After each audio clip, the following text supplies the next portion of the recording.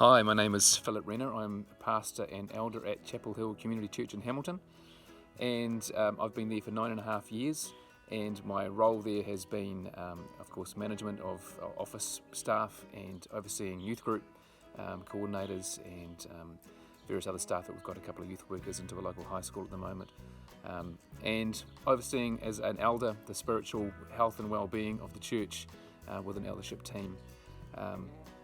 So quite a lot to do and a lot of complex issues that come up in that.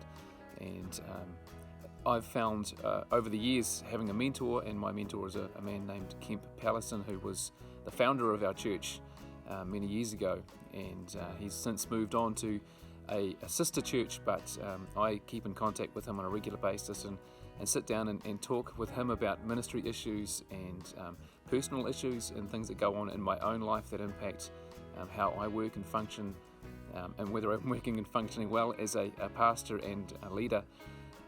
And he's been fantastic. And I suppose one of the things that keeps me going back, not only is it stimulating conversation, but the reality is you don't know what you don't know. And having someone to ask some questions is great, but having someone ask questions back is probably the greatest benefit. Someone who has been there before and seen a lot more than me. He is considerably older and done this a lot longer than I have, and in many different contexts.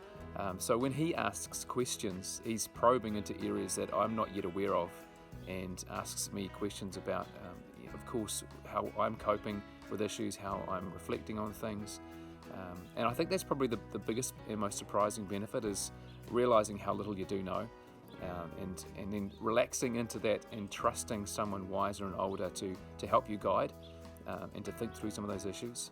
Otherwise, it's just perhaps getting caught up, even with your own eldership, on issues as if we have the only answers to those questions. And having someone outside of that with more experience who can ask some questions has been incredibly valuable to me. So I would heavily encourage anyone in a similar role who is having to work with complex issues of life and spirituality and health in a church context, a community context. Definitely get a mentor, get someone you can trust, who will ask questions, who will care about you, and help guide you through the process so that you come out of it well, and that you lead well, and that you, as I said, that you come out of it well, because it's not just the health of the community that matters, it's also your own. And having someone else with your back really, really matters. So I encourage you to do it. Cheers.